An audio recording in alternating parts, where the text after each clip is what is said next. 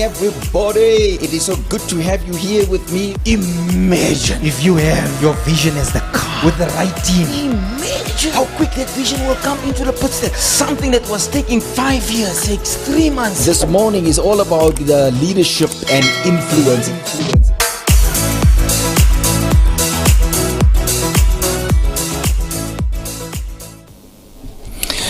Hi everybody, this is the Inside Show with Carl Hendricks. A warm welcome to you here again on the Inside Show. I'm so excited to be with you live again, and I want you to subscribe, please, if you don't mind. Hit that button, and next to that button, just at the lower end, you'll see there's a bell there. So you hit that bell. When you hit that bell, you will every single time get a reminder. And I see one of the guys here in the studio, the producer, is laughing at me because the last time I make a mistake on how to sign up, but it's like, yeah, you got it right this time around. Well, I've got a very interesting guest here with me here today in the studio, but before we get to the guest, today is the beginning of World AIDS Day, and my heart is going out for those people, and I know so many people, but thank God there's so many solutions for that, and people are really fighting this good fight, and I just want to bless everybody. I just want to encourage everybody that's in one way or the other infected with this illness. I just want you not to give up. You fight your fight and get out there and dream your dreams. It doesn't matter your circumstances and your conditions. Sometimes people label you, but you don't have to worry about that. You should believe in yourself, and out of yourself you'll see God will make a way for you, and things will work for the good in your favor. Well, this morning the name of our show is simply, do leaders need to be creative? I'm covering my book here entitled Insights on Leadership, and as you know, this is the Insights show, and then on the other side there, you'll see in the background some books there, somewhere on this glass piece here on my left-hand side, your right-hand side for watching live, but there's books available on the Inside Show, and today I'm doing chapter 7 on page 99 for those that have the book. And if you want to get the book, just phone the office and we'll get it to you. We'll mail it to you. Just phone the office and just ask questions on the Inside Show and ask for numbers or a person whom you get in contact with. But this morning is about the creativity of leaders within business, and I've got two fine businessmen with me here in the studio, and it gives me such great joy and such great honor to introduce both of you to you this morning. First of all, I just want to welcome Llewellyn with us here. Good morning, Llewellyn. Thank you so much for taking time up to come and join me here on the show. I just want you to introduce yourself and your company and what you do. Thank you so much, Llewellyn. Good morning, Dr. Carl. What a privilege to be on the show. Thank you so much for the invitation. As you said, my name is Llewellyn Oliver. I'm a chartered marketer. I've been in this game now for 17 years. I can't believe it's 17 years already. But we are a through-the-line agency. We specialize in digital marketing at the moment. And why I say at the moment is because our business is changing so fast. We have to change. We've had to adapt and learn to evolve quicker than what we ever thought was possible. And you should stay creative, right? Yes. Within it. And that's what the show is all about today. Tell me a little about the name of your company. So Aquila Zone is derived from the word Aquila, which is a Latin reference to an eagle. Yes. And why we call it the zone is once an eagle can be soaring at the highest heights, but once it zones in on its prey, once it zones in on a target, it has a 99% strike rate, from the highest of the heights to finding a rabbit in the bushes. And how do you see that in the light of leadership? In the light of leadership, it's so important because we've got to be able to zone in on areas, on focus areas in our business, in the marketplace, and be able to actually have that same tenacity and will to actually go after, make a change, and effectively lead your organization. Yes. Hey, everybody out there, it's not just about businessmen. You are a leader in your own right. Some of you are teachers. Some of you are just in a company, but you're in a leadership role within a company. This show is for you as well. And some of you are dads and moms, and you are leading your children, and some are leading families and careers, and there's so many things out there. So this show is for you as well. And just a reminder that I'm doing this book, Insights on Leadership. It's very, very simple to follow the steps in this book and just to be creative in what you do. And today, I am specifically on chapter 7, discussing the creativity. Well, Llewellyn, I'm just going to play a game that we know in my show. We play a game with this ball. So there's different questions on it. I'm going to throw the ball at you, and then where your thumb lands, you read that and you share that with me. So are you ready for the ball? It's coming. Right, let's see. Okay. What's your ball saying there where your thumb lands? A good way to release feelings is... Yes. What's a good way? How do you release feelings? You can call it emotional feelings if you like to. I think for me, I would say it in a joke. Okay. Do you have a joke, but not a long one? If you don't have one, don't give it. Leave that one out for now. So you enjoy joking here with feelings, around your feelings, and just to get a lighter mood in a room, isn't it so? Well, let me just introduce our next speaker here with you. His name is Fabian Steyn. He is the CEO of Affordable Designs. A warm welcome to you, Fabian, and thank you so much for being on our show here today on the Inside Show. Tell us a little bit about you and your company. Good morning, Doc. So glad to be here. Thank you for the invite. Great. That I can come and speak on leadership and also be here with Llewellyn. My company's name is Affordable Designs, and we are a shop fitting company. We are full turnkey if the client requests it from us. I've been in business for, I think, over 20 years. And what we normally do, we will build shops. We have built Nando's, we have built telecom shops, we have built for Mercedes, Benz. So that is our clients. So whatever the client wants. Just hold it there. I just want to interrupt you. Just give me that spoon there. Yeah, that spoon. I want to make an announcement here. Ladies and gentlemen, this is an announcement to let you know that Affordable Designs designed this inside studio. Bless you, man. What a quality studio. It's so great. And I reckon there's a lot of people out there that would love to also design. So you do some quality work. I like your work. That's why I asked you to come in here and design the studio for me. I remember we were busy with the studio. Everything was just on the floor. You work with the client. You ask the client, what is it that you want? I say, I want this, that. You're a good listener. And then you get back to the drawing board and you design the thing, and then you pitch it, and we go back and forth, and voila, what a beautiful studio we have here. Well, I'm going to play the same game that I played with Llewellyn. I just wanted to see, I hope you get a difficult one. Let me see. So read there, please. I feel better when I feel better when I can be prepared. Mm-hmm. When I have planned well in advance, and I feel better when I know what I'm doing. Yes. So for different people, different things will let them feel better about themselves. Sometimes, for those watching there, sometimes just being overweight. And just to hear the negativity and everything looks slim and trim, and all the fashion shows are on there on the ramp, and that's a subtle thing that will push you into a mode that you are overweight, and specifically with the COVID, because I think I'm a bit overweight here within the COVID. But you know what? Let's just get into the show. And Llewellyn, before we discuss the different leaders, I've got some interesting leadership stuff. You dare not go anywhere. You're going to learn such a lot on the creativity about leadership and how to use that in your day-to-day life, at your workplace, in companies, with your family, your kids, whatever you do. This creativity is so broad. You can use it literally everywhere.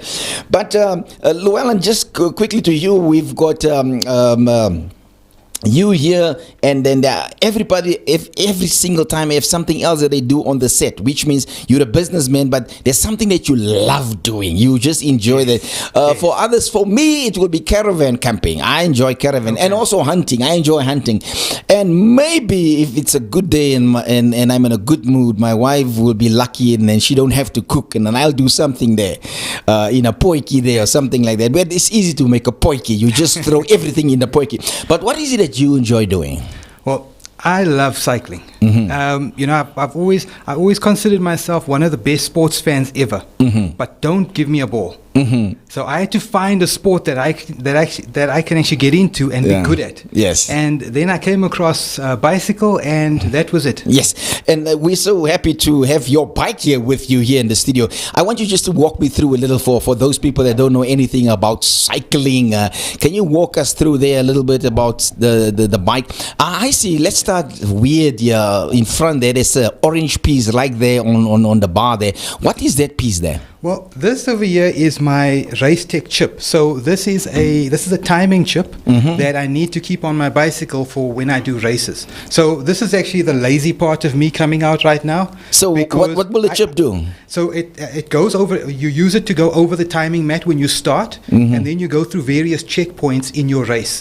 Where if you don't go over the checkpoint and you all of a sudden appear at the end, like what happened with a few cyclists in one of the recent races. I think it was in Cape Town, where someone got a fantastic time, but they didn't cross checkpoints. What? So it makes you think, how did they get to the end without crossing certain checkpoints? My goodness. So this is what keeps us in check. All right. Then the bike, it's a rather beautiful build. Is there a specific weight on the bike? Is there a specific material that they make the bike with? Tell me a little bit about that. Okay, so I'm extremely proud of this bicycle. This is my Twitter T10. And what on earth is that? Sounds like a VW or something like that. It's a bicycle that I actually bought from someone who imported it into the country. So when I bought it, I was the first person in South Africa to have a Twitter. Now there is a shop that's selling them in the country. It's a full carbon road bike. It weighs 8 kilograms. What? Yeah. That is super light. And sadly for me, the weight gain that I've got here, I sadly picked up during COVID. So I also need to lose that. Tell me about the tires. It looks rather weird. I'm used to bikes. I'm used to bikes with at least some traction on it, and it seems there's no traction on that bike. Yes, I keep it as smooth as possible. This is my training wheels. Okay. So it's a 25 millimeter diameter, and for racing though, I do take it down to a 23. So it gives me less contact with the road, and it actually helps me to go a lot How do you faster. prepare for a race? Is it difficult? Because sometimes when I go to Panorama there at Magun Bean, I'll bump into you. Last time I was there with my wife, and you guys were sitting there. You were a big group, maybe 10, 12 people, you guys sitting around. You guys look so good with this tight t-shirts on and everything, and I know you don't like balls, but you know, when I looked at you, I could see a lot of them around. It is so tight there. But let me just say this. I enjoy breakfast there, and you guys would then just from a road trip. Yes. And one day you said you guys did 120 kilometers or something like that. Yeah, 120 kilometers. But the way to actually do it is actually just to start. You know, we had to make a decision. You know, I've been cycling since 2010. But then life happened, and I was forced to give it up for a while, and then I'm grateful that I was able to take it up again recently. My goodness. But it's all about muscle memory. It's all about mental prep as well as physical preparation. I tell you, thank you, Llewellyn. I tell you, it looks so difficult. It looks so hard. It looks so like you need to be super fit to be on that bike. And I know, because sometimes you guys post some videos and I see it on Facebook, but you need to be super fit. I want to hear from Fabian. What is it that you enjoy doing just to ease and smooth your stress and frustration away from leadership stuff and business? What will you do? What I normally do, I love collecting antiques or old stuff and then restore it. So can you collect me as well? It depends. You collect some old stuff. If you're old enough, I will collect you. Yeah. So I love that. The reason why I like to do that is I like to see the process of where it started and the outcome, how it ends. So I also love the story that goes hand in hand with it. So that is what I love. It relaxes me. I enjoy it. I enjoy also the difference. I don't look for stuff that is common, that you get that is the same. So I love difference. I love uniqueness. I love the story around it. I love the fact that you don't always have to throw something away, but you can restore it to its original way that it looked.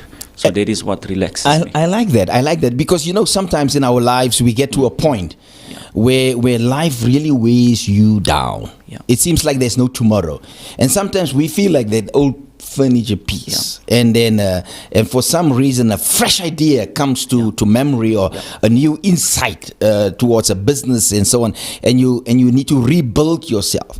And some people rebuild themselves because from drug addiction, and that's the comeback. And some people think it's done and over with them, but they rebuild themselves and they get to a place of success. Some people in business will go insolvent and they rebuild themselves, and I guess there's no businessman that doesn't know that language.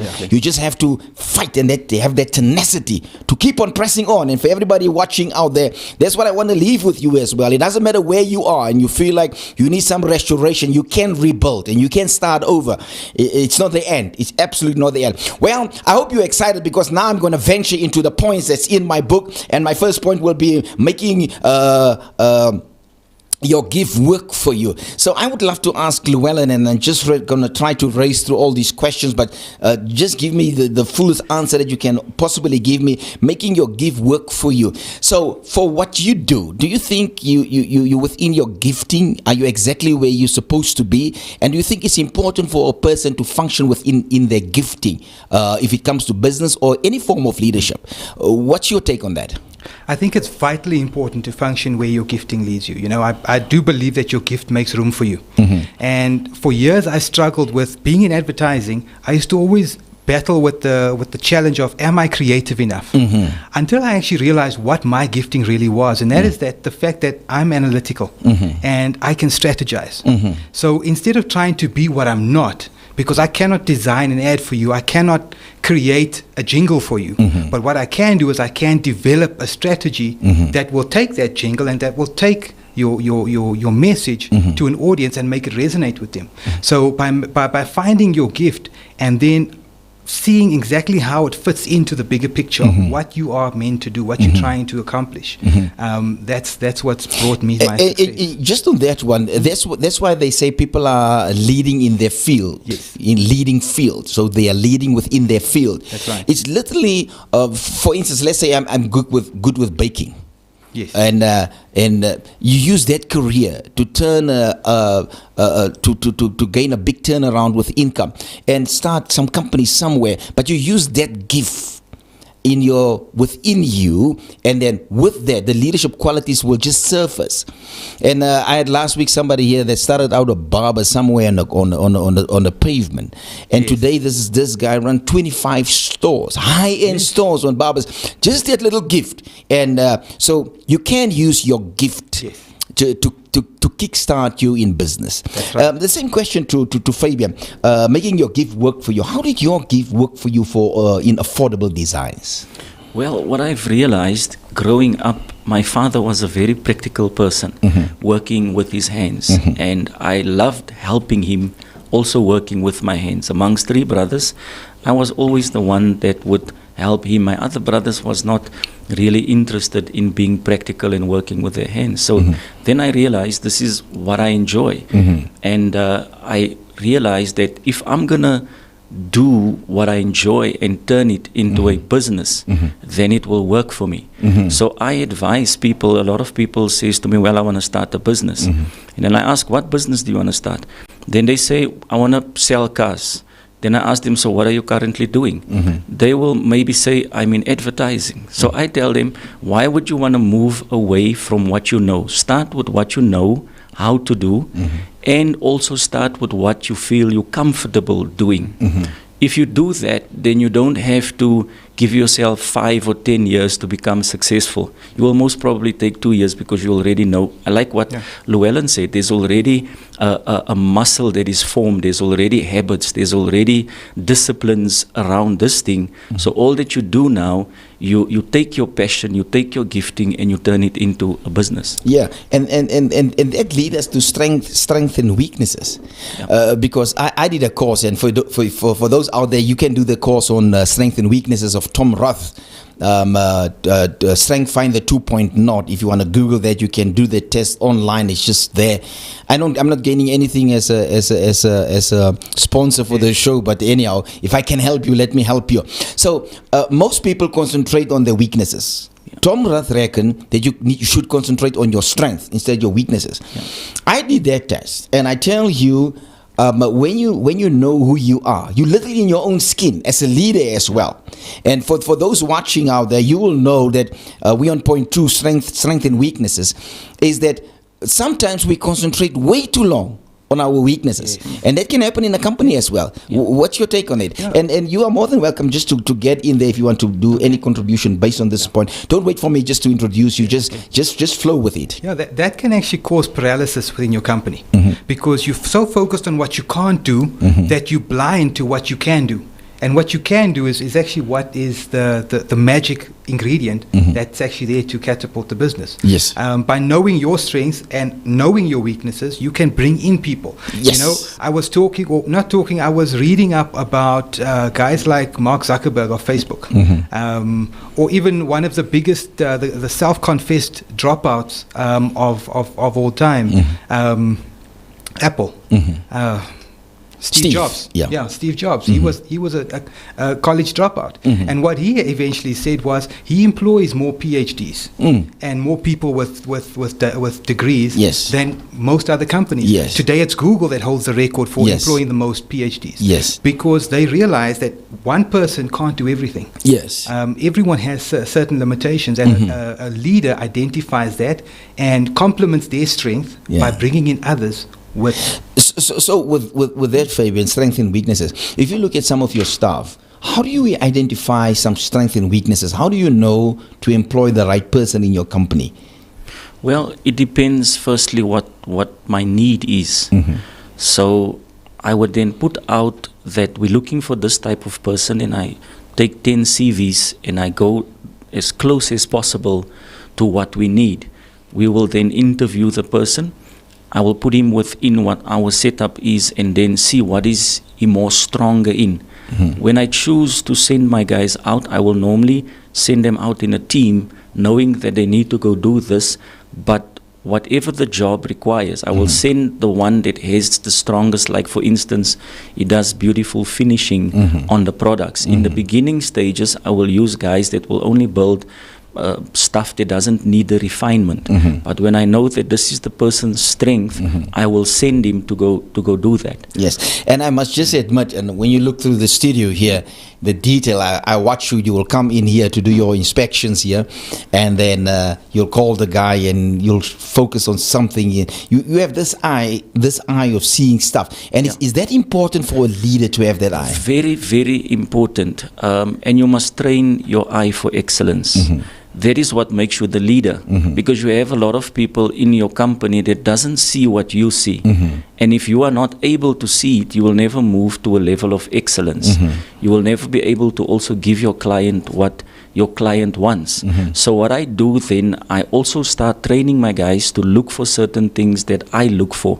Before I get there, they should have already seen before I come and show out that, but this is not right. And it's all about mentoring. Yes, constant training and so on. Llewellyn, just on that point, you in marketing. For leaders out there and for businessmen, is it possible to be stuck in the past? What's your take on that? Sadly, it's so possible, and we see it all the time of leaders that are stuck in the past because they want things to stay the same.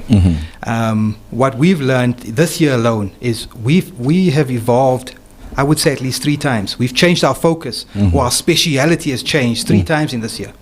Where I've had to actually go back to the drawing board, and I've done my studies, I've done my years, I've done my time, and just last week I found myself having to scrap what I thought I knew because I was in a training or in a mentorship program with a social media influencer just to understand how the algorithms changed. So give us a typical idea. You know, just learning about basic hacks of what I should be doing to get more organic growth, to get the algorithm to like me more. So the algorithm can see that people like me, so they need to push me out there more. So it's simple things like starting in the morning and saying happy birthday to people. or instead of sharing memories, making your memories more relevant. So little hacks that he's brought in that actually improve your algorithm ranking. So if you're stuck in the past, you won't be willing to change. You won't be willing to see the new things out there. And we're in an era where things are changing faster than ever before. In the early 2000s, in marketing, we used to say the world has changed more in the last 50 years than it did in the 100 years before it. In the last 10 years, the world has changed faster than it did in the 50 years before it. And if you look at this year alone, this year has been a catapult and a catalyst for change that the world has never known. A lot happened in this COVID year, yes. right? And sadly, today we still deal with business people, business owners, and people with a managerial mindset that still want to do things the way they did it in 2000 or in the 1990s. So they still want to advertise, for example, in a magazine that their wife reads, or they want to advertise on a show because they watch that, or their friends watch it. Or they want to do things the way the textbook says do. Yes, and even training has changed. If it doesn't matter if it's for an MBA or whatever degree you do, things change so quick and drastically that if you don't move with the times, you're completely stuck, and you will not know why your company is not working anymore. It's because you're using old methods. Is that also relevant for you with the companies that you use? You mentioned that you build stores like for Telkom and Vodacom, and you build stores for Nando's and so on. Could you see a change even in that arena? It is important you're not going to grow unless you understand the times that you find yourself in. So you need to adapt, and you need to also come on par with what other companies are doing. You must become cutting edge, otherwise you're going to stay behind. For instance, when you start off, you will start off with machinery that you can afford. But if you're going to compete with bigger companies that has been there before you, 20, 30 years before you, they've got an advantage, which means they are already able to buy the 1 million machine, 2 million, and that type of machinery now gives you the quality that you want. Not only the quality, but the speed and the production, because now you can't use old methods. It's going to take you longer to be able to give your client the product that he wants at the time. And everybody wants everything like yesterday. So you need to have the proper machinery also, and that has to do with the technology. You could be stuck in your methods as well. Exactly. Yeah. You know what's interesting? I've realized people nowadays, I know of a company specifically, I can't mention the name of the company, but I know of a company that's not going back to their workplace. They're not going back to their building. They working from home now because that's moving on with the times. I must just say, for church, it's a little different, because if it comes to leadership, because people are getting used to couch church. And it's moving on with the times, and we are moving on with the times. We are sitting in this studio 2-3 years back. There was not even a thought about this, although I had this in mind, but not to this magnitude. But COVID-19 forced me to change an approach towards what's out there and what's people doing out there. Everything is so quick and fast, and I've got a youngster working on my stuff, and when I walk in there, he's always hyped up. He always, when I walk through the door, he say, "Hey, what's up?" It's like, oh my God, the energy levels are so high. It's like, what's up? It's like, oh my God. And then for the way they do things, they can do 4 or 5 things. They touch on this, touch on that, touch on that. It's just such a fast world, and if you don't understand that, your methods can be so old and so quick, and it got nothing to do with age. It's about moving on with the times. So I know I feel a bit rushed, but in order for you to move on with the times and to do what you want to do, is it important for you to work in a group or something like that? Because it can be me, myself, and I, and you're not open for discussion or change. What's your take on that? Working in a group is so important. You need to be willing to actually harness the strengths of others that can actually complement your strengths. No, I believe, especially in my field, and because we consult and we advise business leaders out there with one of the most, in my opinion, and this is subjective because I'm in a subjective business, but marketing being one of the most important areas of your business, it's important to actually have workshops. It's important to actually bring others in because you don't know all the answers. I don't know all the answers, but something happens, magic happens in a collaborative environment. I agree. And you know what I enjoy doing is to bring everybody in a boardroom. Yeah. And then I will sit there and I will say, talk to me, tell me what's happening out there, and move me. And because the ideas around the table, and I also enjoy bringing different age groups into the room. Yes. So I will have millennials in. I'm a Generation X. We don't have baby boomers, but there's even Zs in our room, and they challenge you differently. They might not have all the dots on the T's crossed, but the idea is so fresh. And the minute you see it and you start working with that, it changed drastically. I must just admit, I enjoy working with millennials, and it's not about me and myself and and this is how I want it, but there's certain things in life that I'm very specific about. For instance, in the studio, I want a specific sound. Yes. That's not what I'm mentioning, what I'm referencing. But I open myself up for the show. Like our producer of the show is just a young lady, and I'm open for direction and change, and I challenge it and she challenged back, and we push forth, and before I do a show I say, okay, I've got this in mind, what do you think, will it work, what will you see on the banner? Because it's not me, myself and I, because I think you shoot yourself seriously in the foot if you think you have it all in line. And what is it about this story of the watch when it moved to digital? I can't even remember the story about the company that didn't want it to move over to digital, but then digital world just for some way in the 80s just explodes. And if you take it from that perspective, there are times in your life that you think you've got it in control, but there's somebody that's sitting right there on your floor in your boardroom with better ideas. But if you're not open to it, you'll stay in the past. 100%. And I must just admit, I see a lot of companies and places that's like that, and even people don't want to move on. I can tell you one thing as a father, and I'm on out there, your children challenge you. My God, it's like, if you want change, get children. I tell you, they challenge you to such an extent. It's like, it was first your wife, they say, are you going to go out with that pants or something? And now your kids is like, Dad, what you have on there? It's like, but they change you in more than one way. I want to get to a point, Fabian, about barriers that keep people from effective leadership. There's a whole lot of things, and for those watching online here, I've got so many barriers here in the book, and I want you, please, if you don't mind, just to get this book and start reading about the barriers. I'm going to just give you a few here on page 107 in the book, believing there's only one truth. It's like, I just believe in myself, and this is it. My dad do it this way, I'm going to do it this way, and you're going to do it that way. Because you have to change, and that's what leadership is all about. Another one is doubt of self. Because sometimes you have a brilliant idea, but you kind of doubt yourself. Just on that idea, did you ever doubt yourself in business? Yes, I did. Also because of past failures. So when you fail in the past, you try and start a business, and then it fails. So you start asking yourself the question, am I a businessman? Do I have what it takes to be able to run a business strong? So that is a barrier, right? It's a barrier. The past can be the barrier. Past failure can be the barrier in your life. Llewellyn, on this one point, the prisoner of public opinion.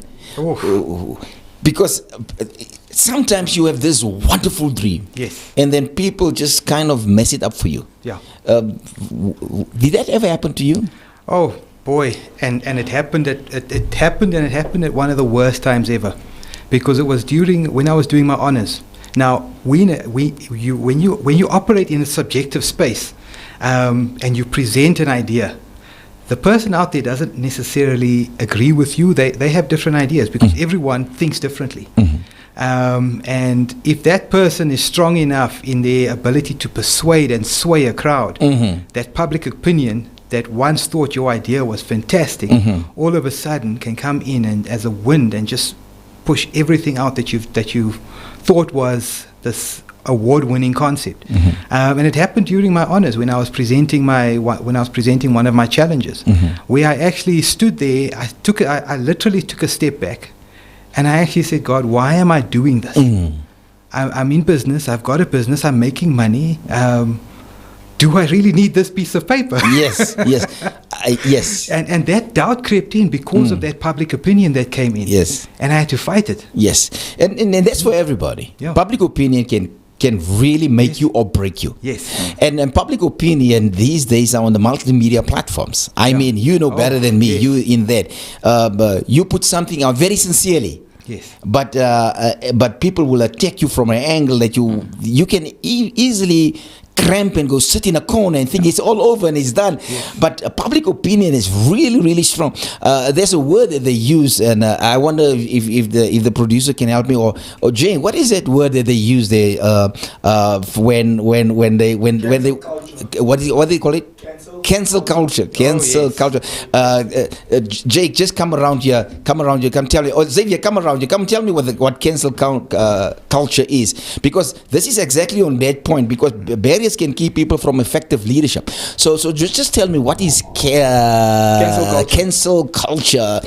So cancel culture is that the media pushes a certain narrative, a certain narrative, depending on what the narrative is at the time. They drive this narrative, and more often than not, the narrative it goes against your moral standards and moral values. So the second you go online and you differ with the popular opinion of the culture at the time, then they cancel you. So on social media, they will disengage your posts. They will comment all negative things on your thing because they disagree with your belief system. So it's interesting that they allow to have a certain opinion. But the second you differ with their opinion, they cancel you. So it's possible that could be a barrier, because even if you have the brightest idea, when the cancel media decides your idea is going nowhere, can you still stand your grounds and go for it? And sometimes you're afraid to push that idea because you're thinking, if I say this, what are people going to think? I see that a lot with like music artists and stuff like that. Yeah. Thank you, Xavier. Well, this is what the show is all about. It's a laid-back show. I can call any point in time somebody in, and JC is also on the show, on a different show. He's on everybody's show, and he's the cameraman also here in the studio, and I can just call him in. I can call the producer, any person, because that's the nature of the show. It's just a laid-back show, and we discuss stuff. And today we're discussing barriers that keep people from effective leadership. Let me give you a few more. People nowadays are too busy to improve their knowledge. Is that important? The busyness, you can keep yourself busy, but you don't improve yourself. Yes, sir. Very important. Through my experience, I think about 3 years ago, when I felt stuck in my business, I set a few goals and I realized that I didn't achieve it. So what I did, I just drew back, and then I went to go search on YouTube for a lot of videos that speaks about when you are stuck. And I listened to a lot of business gurus. I read Warren Buffett. I went Tony Robinson. I went the 10X guy, and what I did for almost a year, I was just reading business books, and I was just improving my mind and my thinking. And what I tried to do was to break down the way I was thinking before, because it was the way I was thinking that created the culture and the behavior in how I did business. So this is what I do continuously as the CEO, because I must not only know my product, I must know marketing, I must know finance, I must know managing of people, I must know HR, and that is so important as the leader, that you empower yourself. You don't need to know everything, but you need to know But you need to broaden your knowledge around the subject, and that's so important. And even mentoring. Sometimes you don't have to read something up in the book. Sometimes you just have to go out and find out that people that's already successful in the field. Sit down with them. Of course, sometimes people don't want to share information. And that's okay, because I don't know what's their success story. But there are people out there that would love to take smaller guys and say, hey, this is how you do it, and this is where you make a mistake, or just trail them for the day. I've got a lot of people coming into my office, and we discuss leadership stuff, and we'll just sit there and they ask me hard questions, and I don't put myself out there. But if somebody find it important to come to me, and I should respect that. and just help that person in gaining knowledge. Llewellyn, I see you've got a lot to say there, but I just want to move on a few of the barriers. Okay. I just want to touch as many barriers as possible, because I don't know who's watching out there, and they might be stuck in some place there. Let me read. People are risk averse. They will not leave the house until they know exactly what it is. So, what can you tell me about that? They want all the ducks in a row. You know, I've learned that you'll never have all the ducks in a row.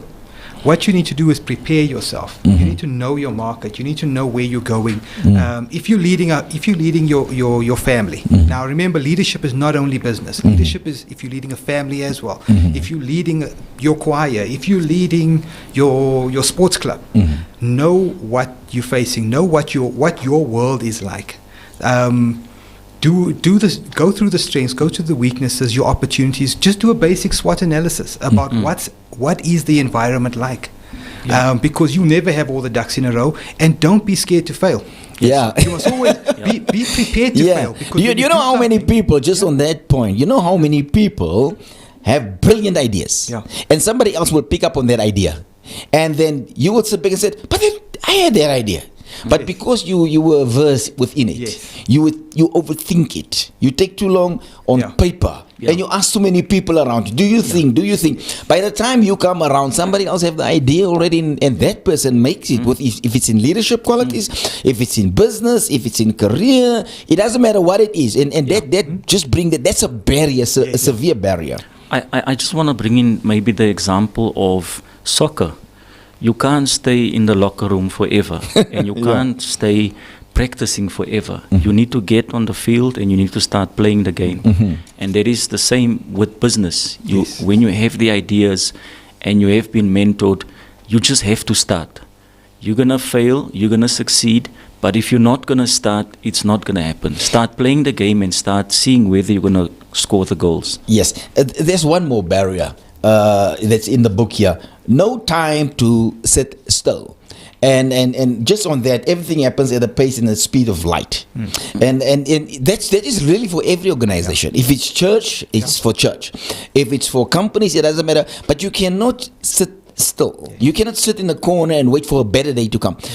Within your business, that creativity is important, right? Yes, extremely. You can't. The minute you sit still, you've actually moved back. Because the world is moving at such a rapid pace. Things are changing so quickly. The minute I sit back and I say, well, I'm going to take a break now, it actually means that you're going to have to work twice as hard just to get back to where you were before you sat still. So you need to be willing to move forward. You need to have that tenacity to actually push through and keep challenging. I hope you out there enjoy the show here.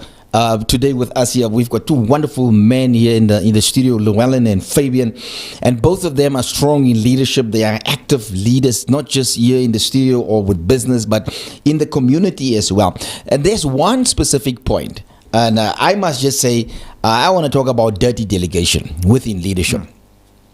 And the truth is, sometimes I personally also don't know what to do with dirty delegation. Let me just explain a dirty delegation to everybody watching out there. So dirty delegation will be you give somebody a task, but the person takes so long to get done with the task, and then you assign another person on top of that person with another task.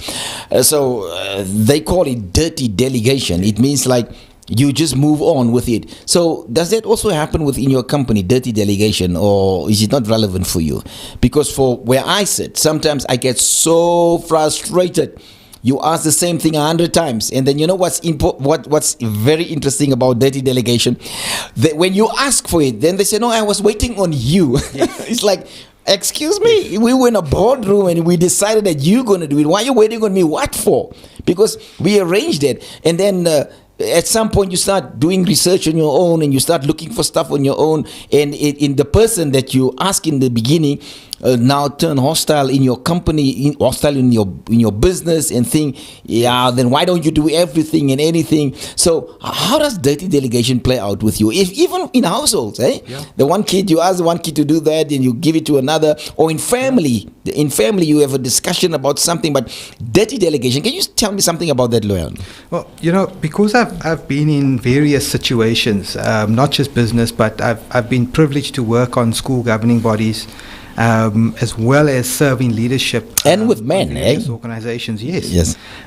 It's often that you do come across that. And the importance, one of the biggest challenges with dirty delegation, especially if you take that responsibility on yourself as the leader, is you actually make your plate then so full. And you get to a point where the people that you've initially delegated to, they then take a step back. They sit back and they will say, well, you're going to do it anyway. And it puts you as the leader at a loss, because all of a sudden, instead of you now focusing on leading and driving your organization forward, now you're doing the work that your subordinates should be doing. Yes. So the right thing is to get back into the boardroom. Yes. And ask for a progress report. Yes. And for a timeline. Yeah. So I know some people call me timeline, because anything is like timeline. It's like, when will it be done? Give me a time and a date. How far are we now? And sometimes people get upset for that. But you know what? Instead of doing dirty delegation, get a person to man up, isn't it so? Yes. I guess with you in your affordable design company, there's a lot of deadlines. Because you have to deliver a store on time, and they don't care about you. They arrange the grand opening, they get a guest singer or artist, or the CEO of this big company is coming to introduce the new store, and so on and so on. So what do you do about dirty delegation? Well, I think that's a problem when your organization is maybe still small, or your company is small, where you try and cover all your blind spots and so on. But for where we are now, I work with a project manager, which means I will only delegate to him, and he will delegate to all the other guys. And then, like the word project, we run it as a project, which means timelines, deadlines, coming back, giving a report on how far are you, what still needs to be done. So that kind of covers us not to overlap and to give an instruction 3 or 4 times. So one of the things around dirty delegation is so important. If you want to be a good leader, is to keep people accountable, and not to reassign the same thing to another person, but let the person man up, and the person should tell you if they can't man up. I must just admit, sometimes you think the person is not in the loop, not busy working on the specific thing, but they're bad in communication again. That's another skill for leadership. So instead of them briefing you constantly of where they are on the process, you think there's nothing happening. And then you unnecessarily get upset, because when you get there at the ultimate goal, then you realize, but there was a lot of groundwork that has been done. So the person that you assign on newly now need to go back and do all that groundwork. So dirty delegation at some point will catch up with you in leadership. It's not a good quality to have. And that's a hurdle. It's really, really a hurdle. Let me talk about the insecurity about leadership. Is it possible to be insecure as a leader? Now we're connecting the business and the leadership aspect. Is it possible to be insecure within your role? As the CEO in my company, yes, I can become insecure, but I think my insecurity mainly comes in with my competitors, where I feel insecure based on their advantages and my disadvantages, and whether I can compete for the big clients, because I set goals that I want to go for bigger business, bigger clients. So my insecurity comes in here: is the color of my skin proper? Is the way that I think proper? Is the skill in my company that I have proper, or do I need to upgrade on those things? So can you be tell me about your early days within your company with affordable design. What was the feeling for the first and the second and the third time in a boardroom atmosphere? Do you feel insecure when you walk in there? Tell us a little about that. Yes, I felt insecure. Like, for instance, when I stepped into the boardroom, Telkom, which was one of my big clients, and they asked me some questions, because every company, they've got their way of doing things. They've got their lingos, and they've got their way of operating. So now I come into their boardroom, and I need to get understanding of their culture and how they do things. So I sit there and I see a lot of people here around me trying to identify who is who in the zoo. And you feel insecure because now the first question is they ask you, can you do it? Are you sure you can do it? We have a deadline.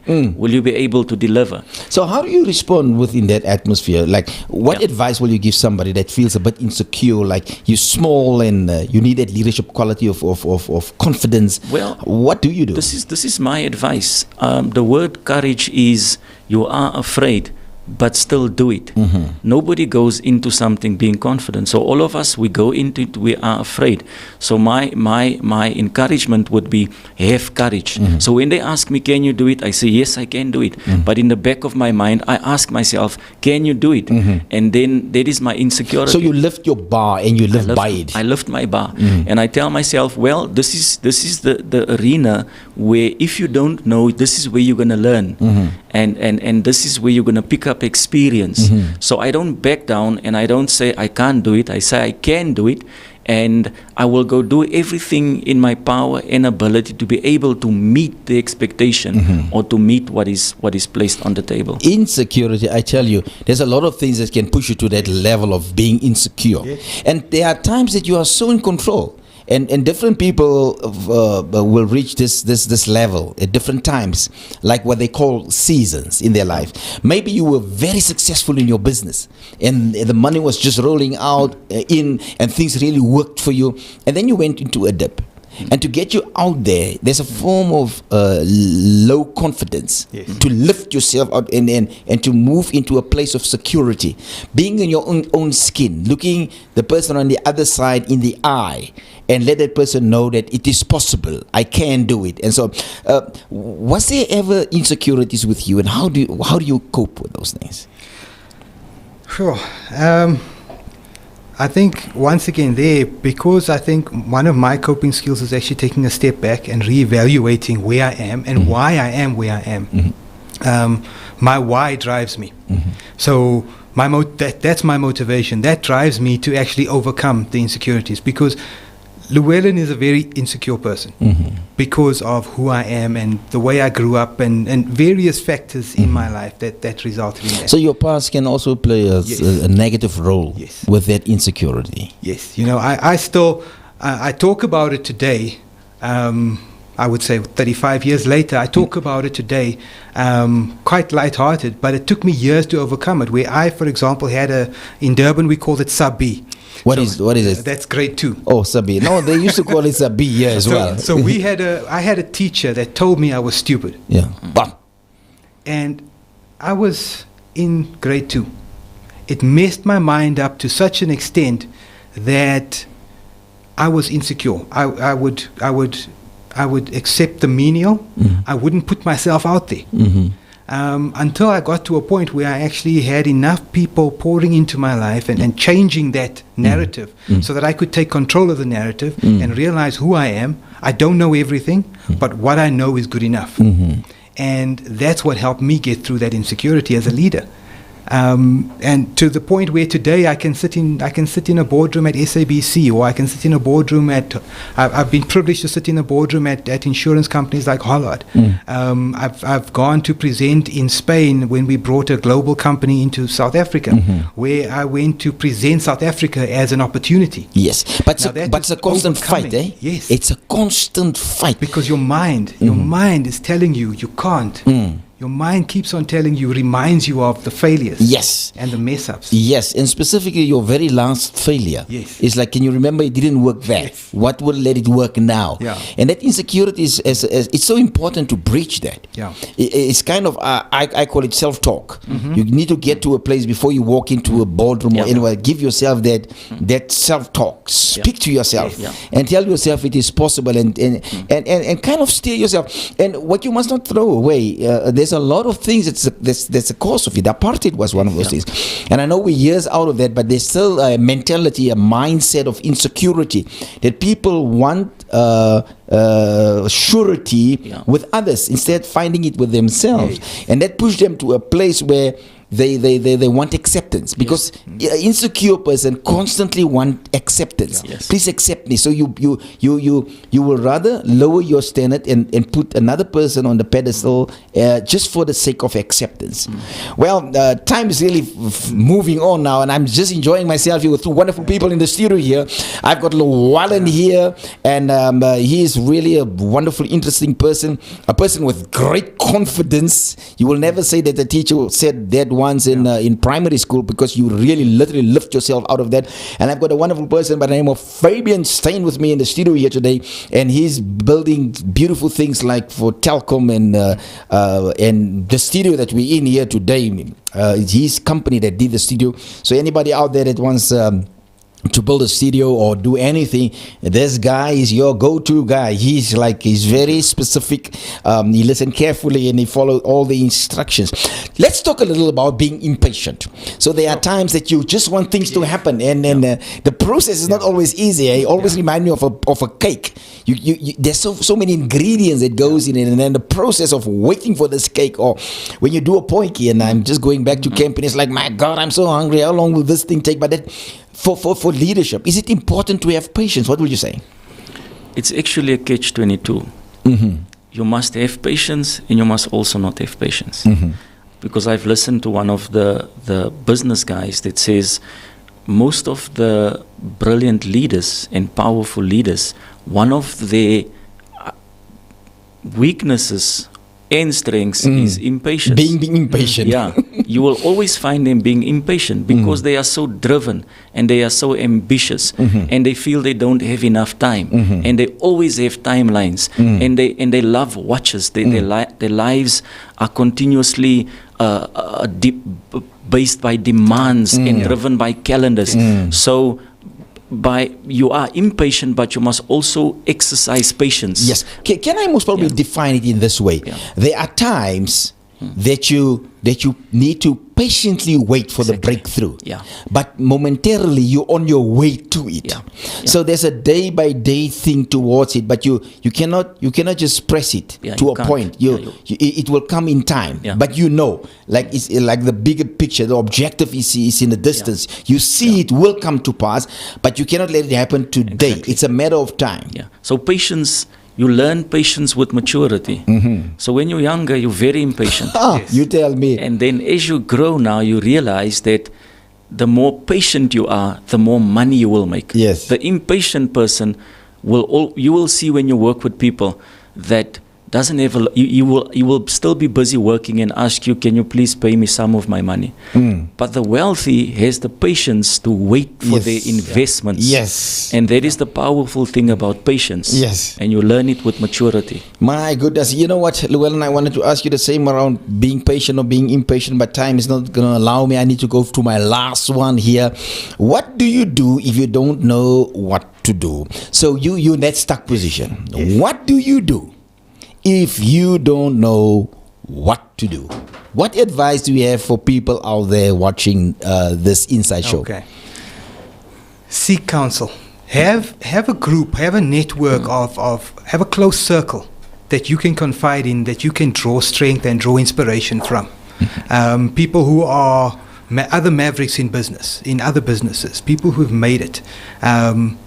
So that you can draw, get inspiration, because you're never going to always know what to do. There is going to come a point when you don't know what to do. When you're facing. So one of the steps you will say is go seek counsel. Yes. Get to your peers. Yes. Get to your network. Yes. Ask them for coffee. You stuck. Tell them you stuck. And today, what's really, really good is to have a business coach. Coaching is also important. Yes. Coaches can really. Coaching is a funny thing.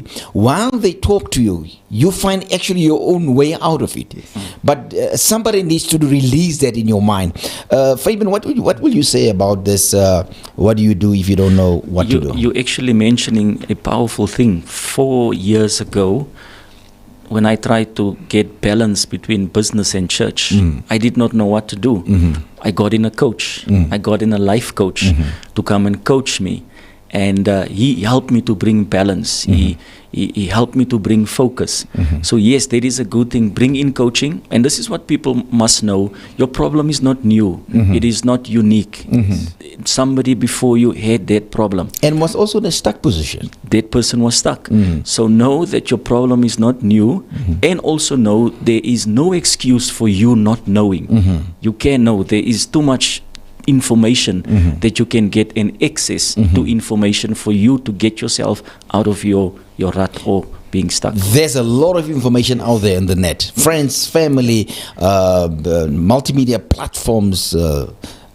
COVID was definitely a place of a stucking position. Yeah. But you know what? I interpret this so sometimes you need to go quiet in order to come out stronger.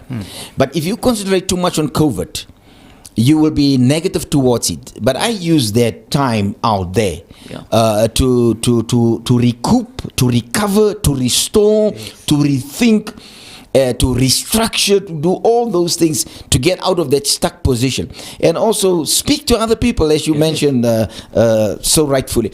Well, can you believe it? Time has gone and we are about to close our show off. But I want to do the ball one more time before I close this show here. All right. Let me see. Let me start with Fabian. I hope you get another one here as I throw to the ball. A difficult one at least. What will that be?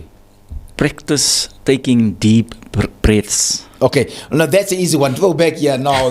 So what you actually say when you, but the deep breaths are good for leaders. For relaxing. For and relaxing. Also, especially before you speak, I have learned that. If I get on the podium and I need to address people, first take deep breaths because it calms you kind of down. Yes. And then it makes you think. You actually bringing your body in a state of relaxation. So take deep breaths in and out. Yeah. And even if you're upset, take a few deep breaths. Yes. Or long walk and keep on breathing. Yeah. Or leave the meeting for that matter. Yeah. There are times that I just leave a meeting because you know what? If you say stuff when you're upset, it's not going to work. Yeah, you need to relax. Luana, let me see where you're getting on this ball. Let me see if you can get there. What is it saying? Name something you're thankful for. What are you thankful for? My family. Your family. My family. Family is a great support, right? Specifically during this time. Yes. And specifically when things are tough. Yes. Within business and your brain endorphins are all over the show if things doesn't work out and you need to pay salaries and you need to see to staff and you need to keep the vision and you need to run your own household and then your family is a go-to place. Yes. It's like a haven, isn't it? Is family also important for you? Family is very important to me. They keep me grounded.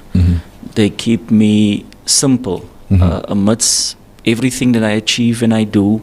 Family is important, and I thought about that question. I would not know where to start because I'm so grateful for so many things that is happening in my life.